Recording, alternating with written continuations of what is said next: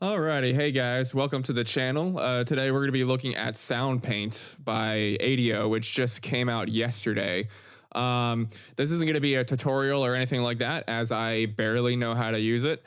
I actually just got it myself and messed with it maybe once or twice. So we're going to open it up and see what it can do. All right, so we're going to open up a blank session here. I go up here and I'm going to make the UI just a little bit bigger.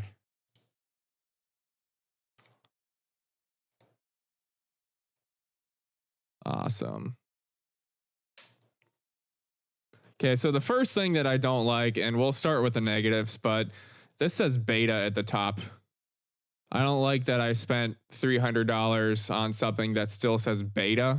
I swear I don't have a lot of negatives to say about this, so this is very nitpicky.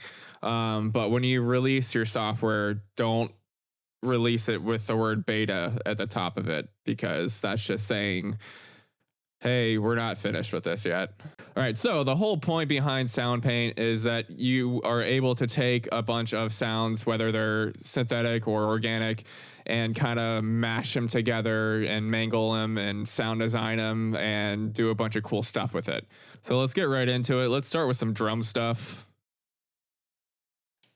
I bought the bundle, by the way, which comes with the orange 808 stuff, this G brass instrument, the 1975 guitar, and then this hybrid cinema emotion stuff. And then my favorite piano ever, the 1928 Grant Steinway. And then these beautiful noises, sound effects, and then some synth stuff. All right, so I'm just gonna load up one of these drum things here.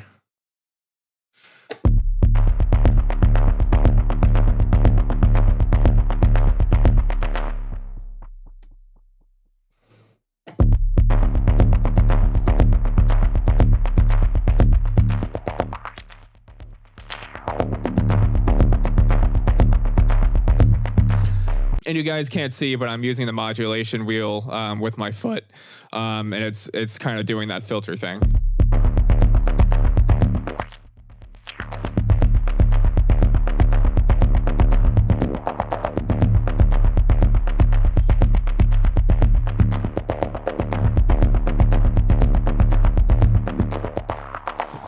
All right, so let's start playing with this a little bit. Let's go over here to parts. And again, this isn't a tutorial. There's a lot of videos on Soundpaint's own YouTube that show you how to actually use it. I just want to show you guys how I would use it and how I'm going to use it. All right, so let's go over here to guitar. And I'm going to go to this dead strum noise. And by itself, it sounds like this. And as you can tell, since I loaded in the noise, it's already taking the shape of the arpeggiator and all the effects that are going on. So it already kind of sounds like the drum beat. All right, let's play them together.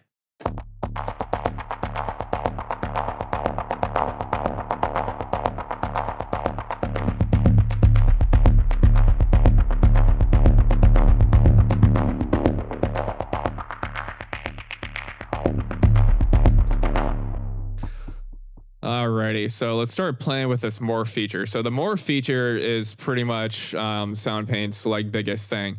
So you can take two different sounds and you can have one sound kind of morph to the characteristics of the other sound. So let's try this, and I have no idea what any of this is going to sound like.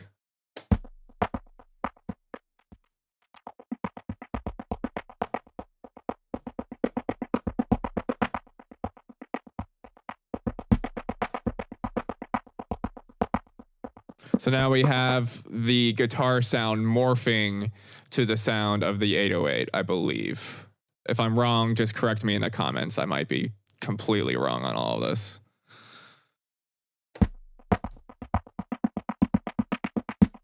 Let's try it the other way around.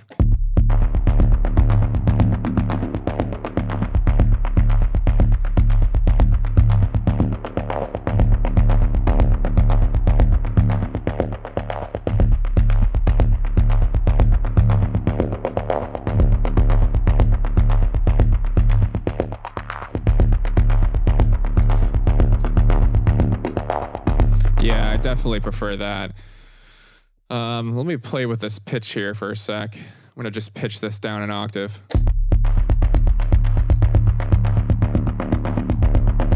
Yeah, that's cool.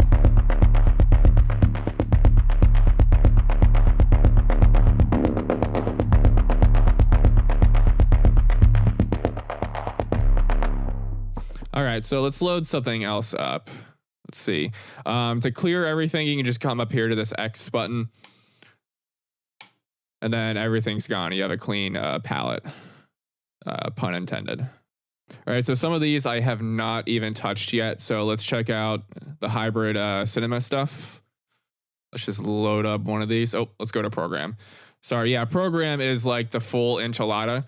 And then parts are just, as it's called, the different parts of what makes these patches up. All right, so now I'm in program. So let's just pull up one of these guys. See what it sounds like.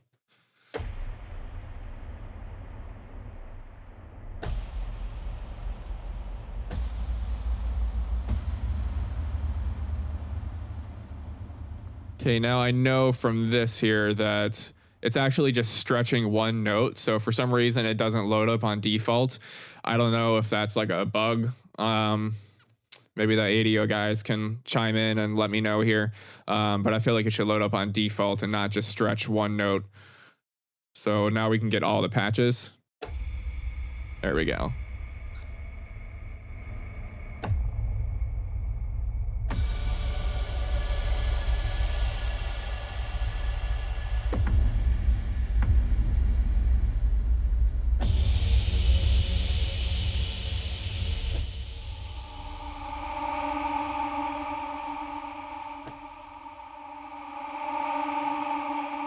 That one's pretty cool. So actually what I'm going to do is I'm going to come over here and I'm going to go to one note same. And then play that note. So now no matter what I do, no matter what key I hit, it's going to be playing that specific note. So now what I want to do is go over to parts. And now here's all these cool things that we can start kind of mangling. Let's go with disgust. Like the word disgust.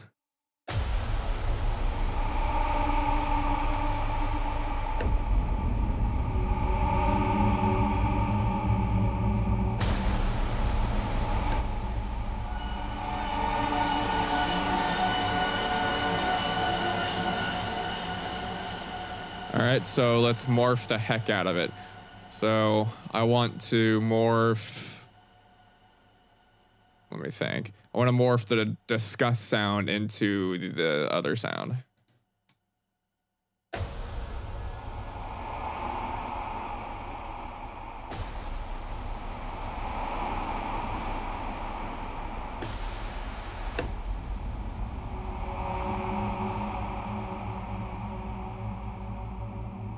Now that's pretty cool. So as you can see, everything is kind of taking on the characteristic of the like the breathy sound.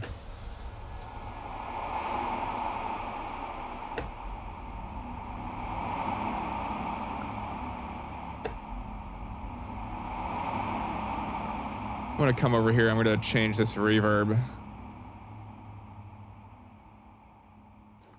because I like long, gigantic reverbs.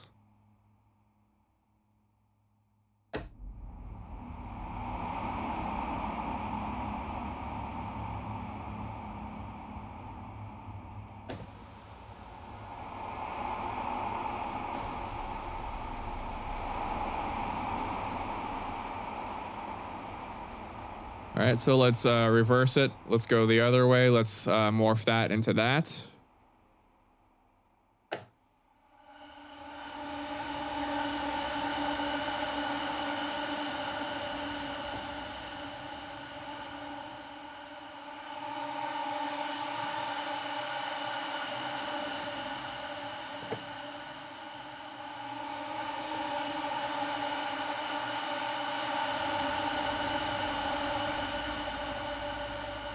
Cool. Let's go ahead and trade this one out with awe. Let's see what it sounds like.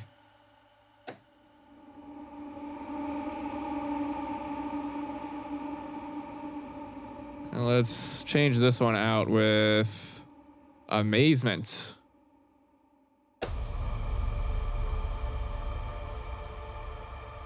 Let me just hear this by itself real quick.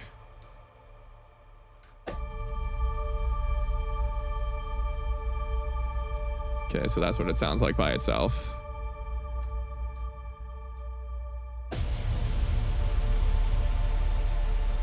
Cool. All right, let's try to morph this. See what we can get out of it.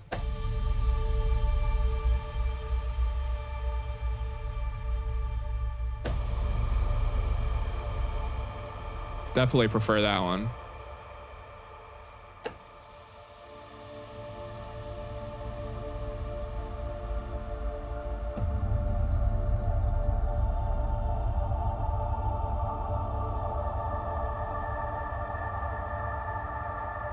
That's sick.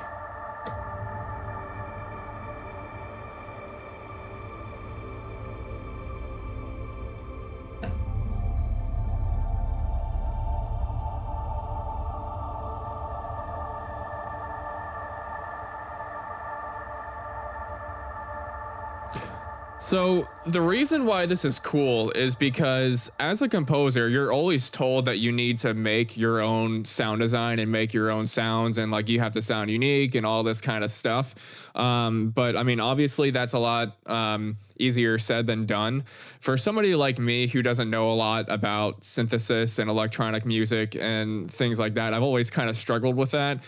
And so I always end up using like Omnisphere patches and, you know, tweaking them a little bit, but for the most part, kind of just using them as is.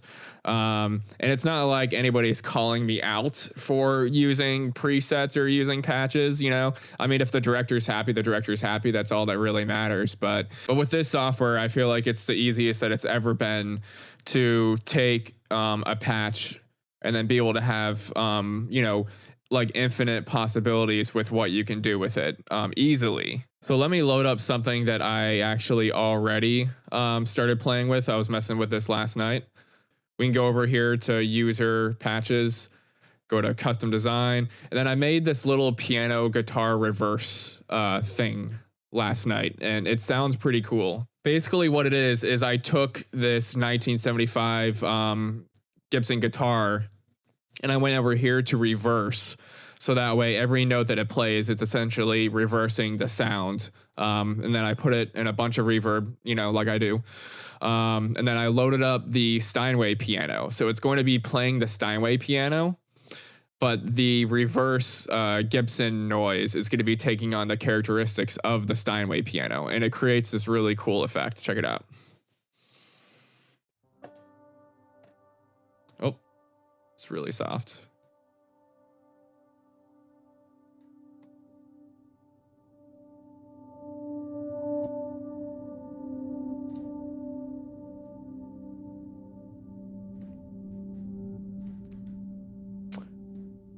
I'm going to add a compressor on the, I'm going to add a compressor just because I don't feel like boosting the volume too much. I feel like this will be easier. Yeah, there we go.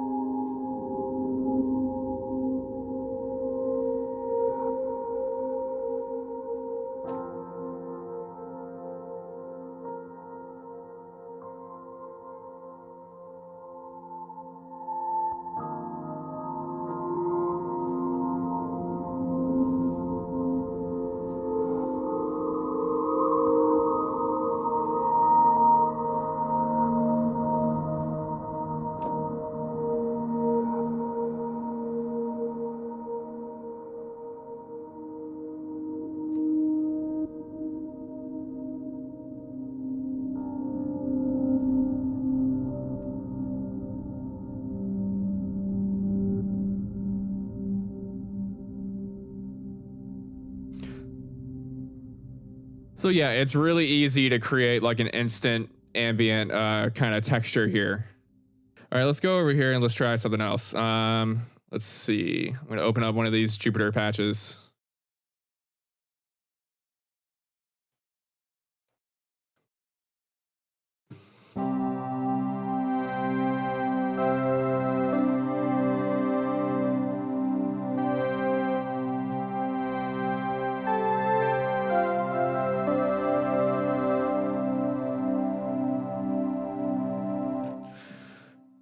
Okay, so what I'm gonna do is I'm gonna go to parts and I'm gonna trade out this second one with, let's try these beautiful noises.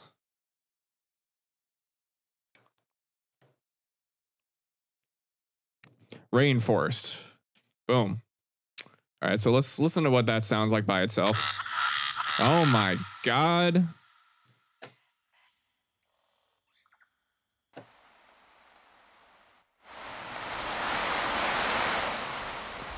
Definitely like that one. So I'm gonna go ahead and I'm gonna do one note same. And I'm gonna make it so every time I play any note, it's gonna be that sound. So no matter what. Cool. All right, so let's re-engage the synth here. And then let's mess around with the morph and see what we can do.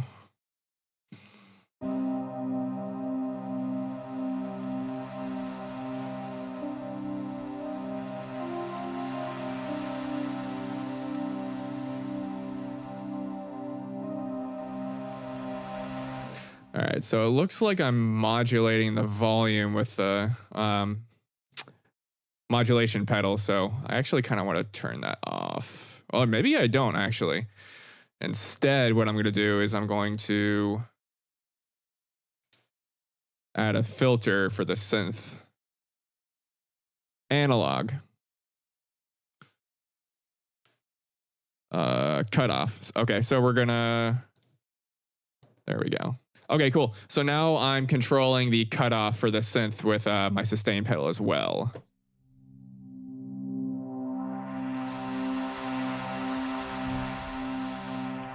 So now everything kind of comes in together.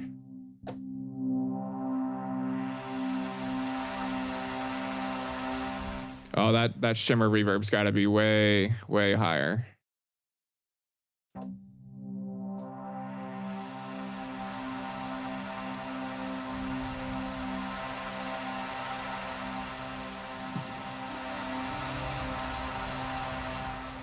I want to see what it sounds like this. Oh my God. Calm down.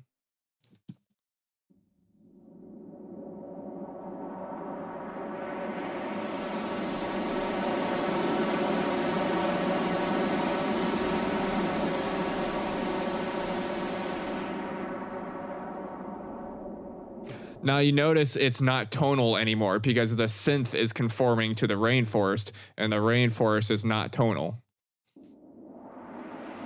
So no matter what key I hit, it always sounds like one tone. So let's dial this back, maybe. Nope, that didn't do anything. Okay.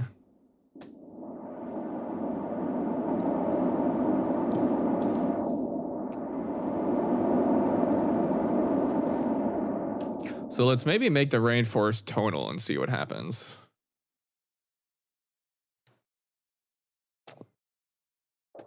Oh, there we go.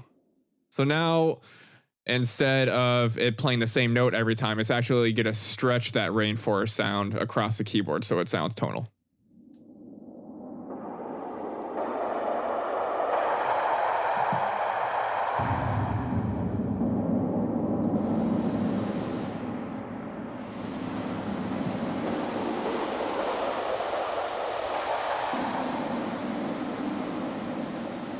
Okay, I think I prefer it morphed like that, to where it's conforming to the pad and not the other way around.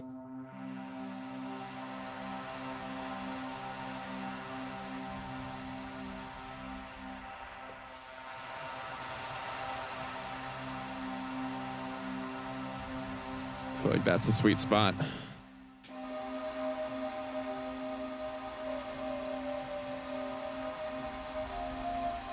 That's a cool texture.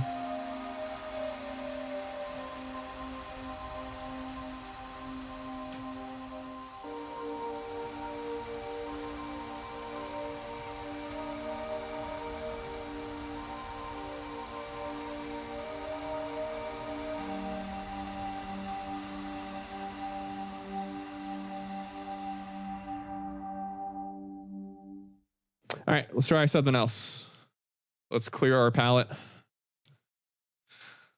Let's see what we got. What do we got? What do we got? Let's pull up another Jupiter thing.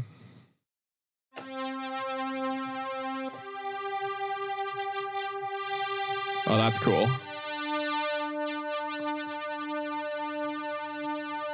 Let's see what happens if we like add a guitar to that. I have no idea what's going to happen, but we'll see.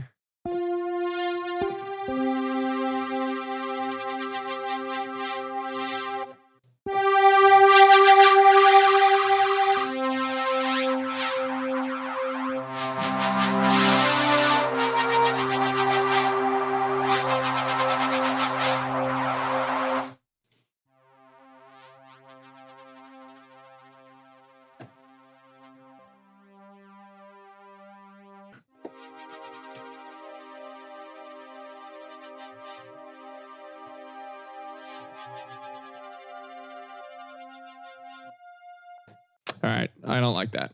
All right, we're gonna take that one out. Let's go over here to the hybrid cinema stuff. And let's try Fear, because it's Halloween.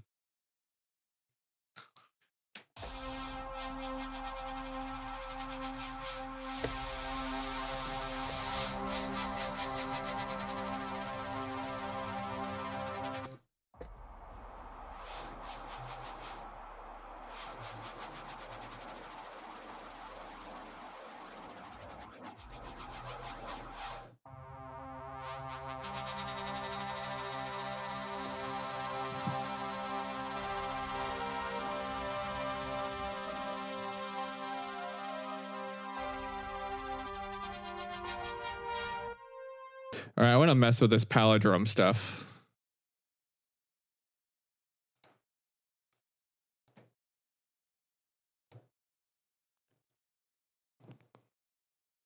Let's see what these things sound like.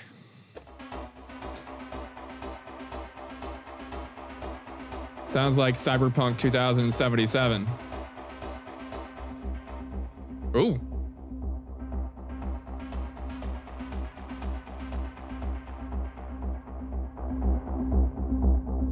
Okay, now I've noticed that the volume slider kind of does its own thing. It turns itself down depending on what patch you load. So I don't know if this is meant to be the master volume for the whole plugin, or if it's dependent on the patch, or if that's just a bug.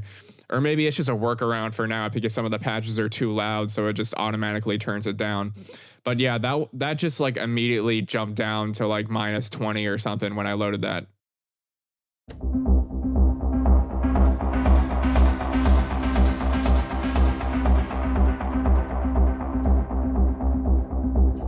I'm not gonna lie, that's pretty sick by itself. Let's go ahead and add a drum thing.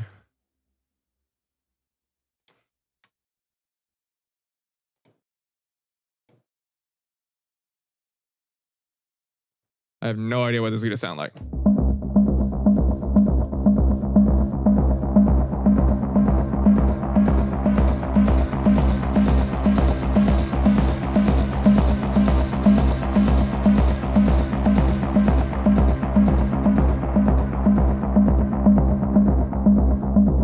That's awesome. So just by loading the 808, it's already being affected by the full effects rack and then also the arpeggiator that's going on. So it's already kind of melding in with the sound just by loading in an 808 sample.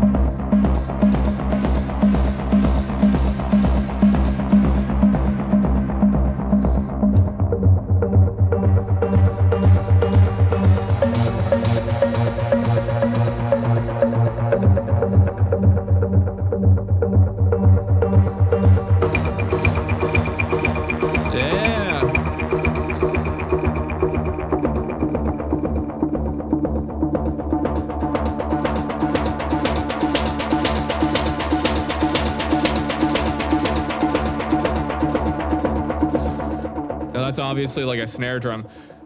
I mean, that's pretty cool right off the bat. Like, I didn't even have to do anything or morph anything. I mean, I'm kind of just like playing the keyboard. And you can make a lot of cool, like, electronic, like rhythmic sort of ostinato stuff out of it.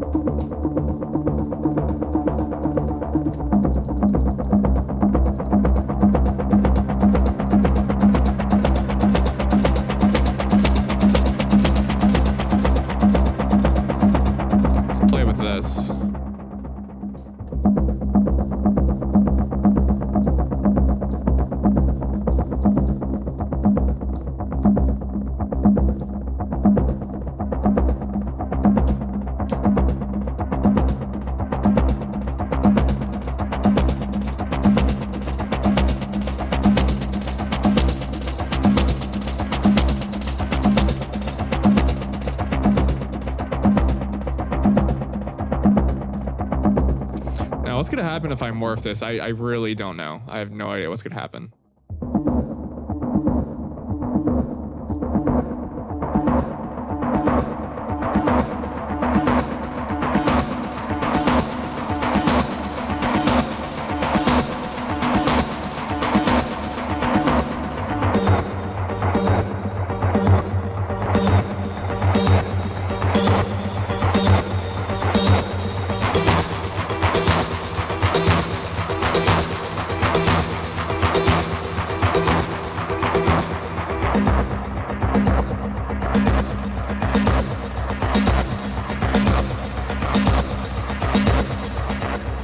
Morph the other way.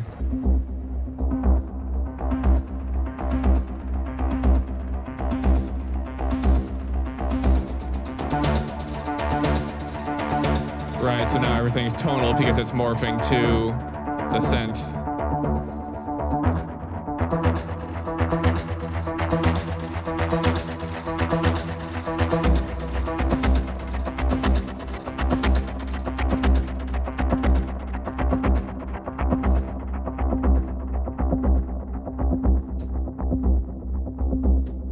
I'm just having fun at this point. Like this is fun. Congratulations, ADO. Congratulations, the Soundpaint guys. Like it's fun.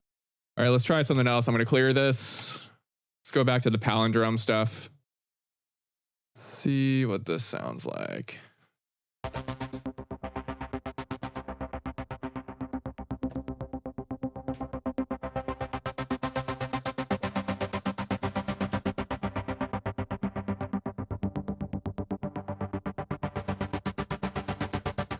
I feel like this would be cool if we layered in some of the beautiful noises kind of stuff. Let's see.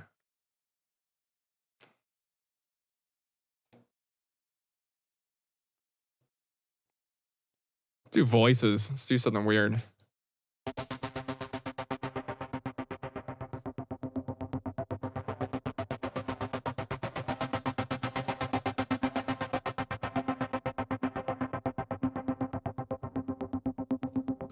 What does the voice sound like on its own?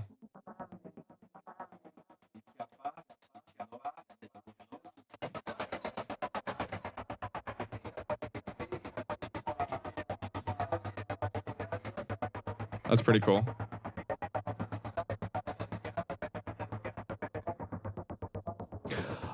I love this too, that it just has like a tone slider for any instrument. Like it doesn't matter what it is. You can just bring the tone down to make it sound darker, to make it sound brighter, just on the fly. It's so useful. All right, let's bring this back in.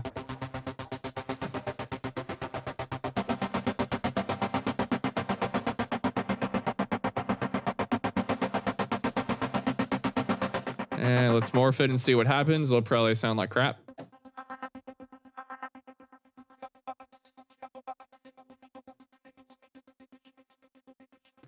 Again, the volume slider kind of just went on its own.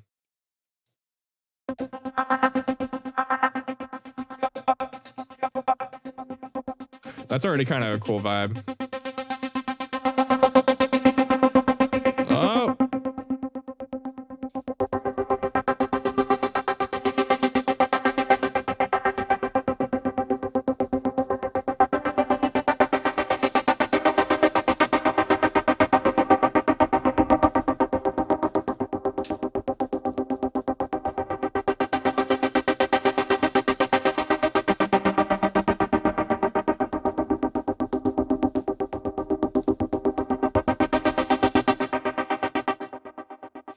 Try morphing it the other way. Whoa!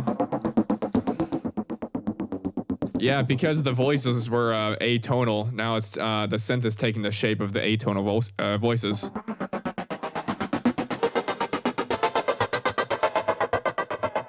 I'd probably never use that. All right, let's try something else. So we got a clear palette. Let's go to program. Let's go back to this hybrid cinema stuff. These are cool.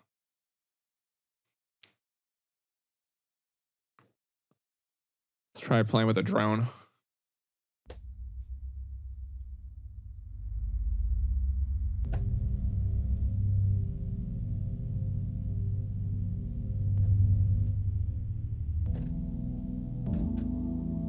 Yeah, again, I don't know why it starts on the one note stretch when you load up these programs, because like the way that these hybrid emotions work is that every single key is like a different sound entirely.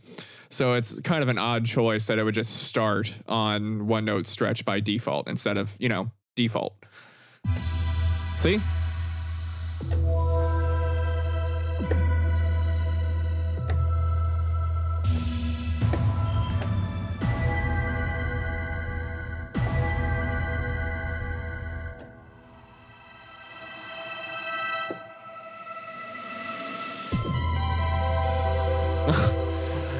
That one's pretty involved.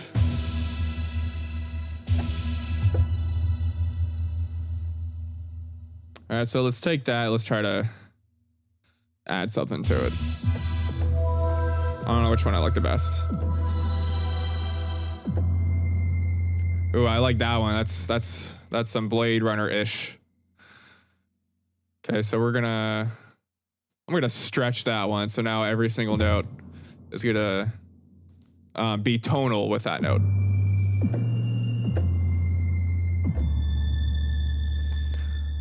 I'm gonna add some reverb because, you know, oh, it's already kind of on.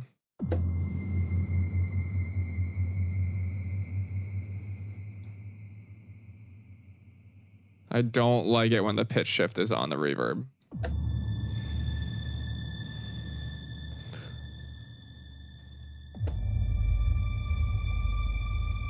That's cool. All right, so let's go ahead and add one of these parts over here. See what we can do.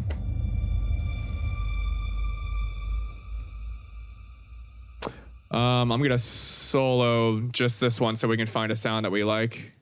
Make sure this is on default. Oh, it did it that time. Okay. But that's interesting. Okay, so I guess when you load it from the parts, it comes up as default. But if you load it from the programs, it comes up as stretched, which is really weird to me.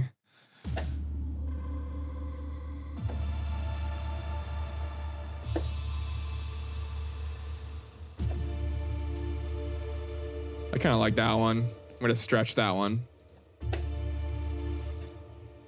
All right, let's see what it sounds like together.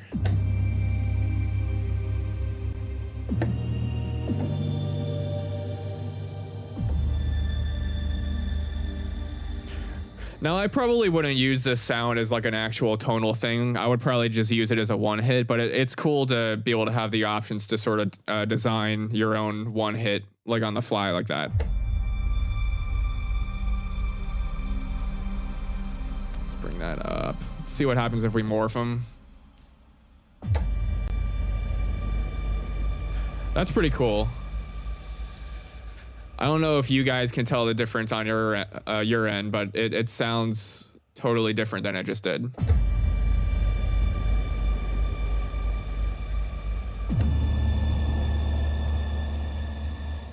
Let's morph it the other way. Nice. So it sounds even more like melodic when it morphs to the Serenity sound, because I think the Serenity sound is the one that had like the tone to it.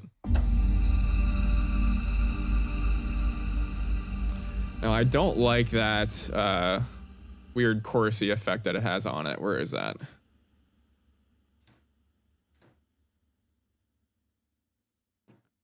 I don't know.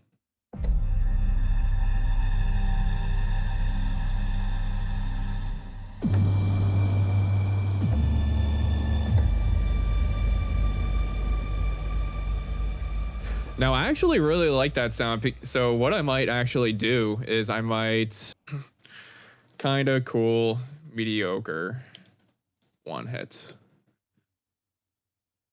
And now it's saved forever. I'm going to heart it.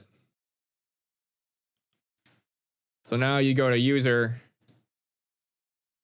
and then your save stuff is right here.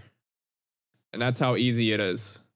So I barely scratched the surface with all this stuff. I was mostly just playing around. I mean, it's got tons of features and you can go as deep with it as you want to. But the thing that I like the most about it is how easy it is to just get started and start creating your own sounds. As a composer, like, we're always on a deadline, you know, we're always under the crunch. So it's cool to have something that you don't need to have all of this electronic music experience and all the sound design experience with, and you can just start loading stuff up and mashing them together and finding sounds that are cool. I mean, a lot of the stuff that I did, like, I probably wouldn't use, but there was a few where all it took was, you know, like 2 minutes maybe to like create a sound, and it sounded awesome. So do I think it's the most innovative thing since, you know, sliced bread? Probably not. But I would say that what it does have going for it is the ease of use, because I was able to figure out how to use it very easily. And then also just the quickness of it. It's also really, really fast. I mean, it loads very fast. Just as a comparison, guys, I already have the 1928 scoring piano, the Soundpaint version, in my template. So I'm going to disable that really quick. And what I'm going to do is I'm going to load up the Kontakt version of the same instrument.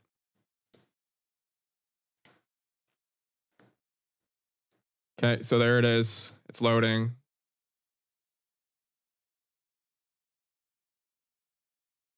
Okay, so I mean, everything's on an SSD, so I mean, it doesn't load that slow. You know, it's not that big of a deal. But I mean, when you want to, you know, get to playing like immediately when you first open up your template, you know, the time adds up. So now watch what happens when I enable the Soundpaint version. Boom. You just play immediately. Okay, so it's faster than Kontakt. I don't know if that's because Kontakt is older technology, or if, I don't know, Soundpaint cuts corners on some of the samples. But I mean, to me, the piano sounds, I mean, just as good. So that's Soundpaint.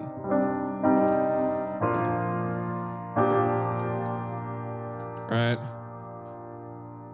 This is the Kontakt version.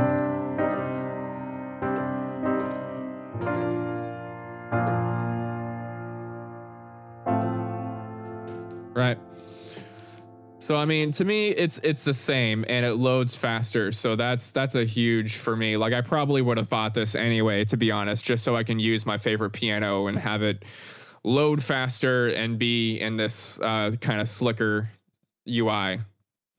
All right, guys, that's all I have for you today. Thanks for watching. Please feed the YouTube algorithm, and like and subscribe below if you guys want to see more videos. I might do another video on Soundpaint once I get more accustomed to it and I take a deeper dive into all the deeper settings and stuff like that. So make sure you guys watch out for that.